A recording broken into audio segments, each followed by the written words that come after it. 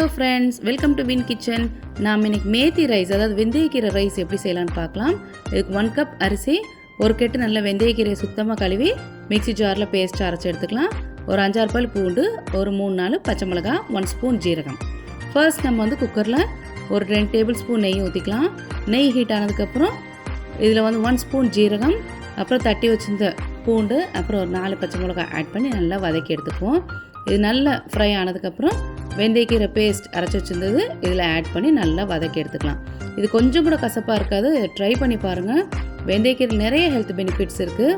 இது dietary fibre, so இது அடிக்கடி உணவில் சேர்த்துக்கிறது ரொம்ப நல்லது. ஸோ இப்போ நல்லா இதெல்லாம் ஃப்ரை ஆனதுக்கப்புறம் இந்த பேஸ்ட்டு நல்லா பச்சை வாடை போகிற அளவுக்கு நல்லா வதக்கிடலாம். இப்போ 1 கப் அரிசிக்கு 1.5 கப் அளவு தண்ணி ஊற்றி அரிசி ஆட் பண்ணி குக்கரில் ஒரு 2 விசில் வச்சு எடுத்துட்டா வெந்தயக்கீரை ரைஸ் ரெடி. இந்த டிஷ்ஷை ட்ரை பண்ணி பாருங்கள் ஃப்ரெண்ட்ஸ். பாய்.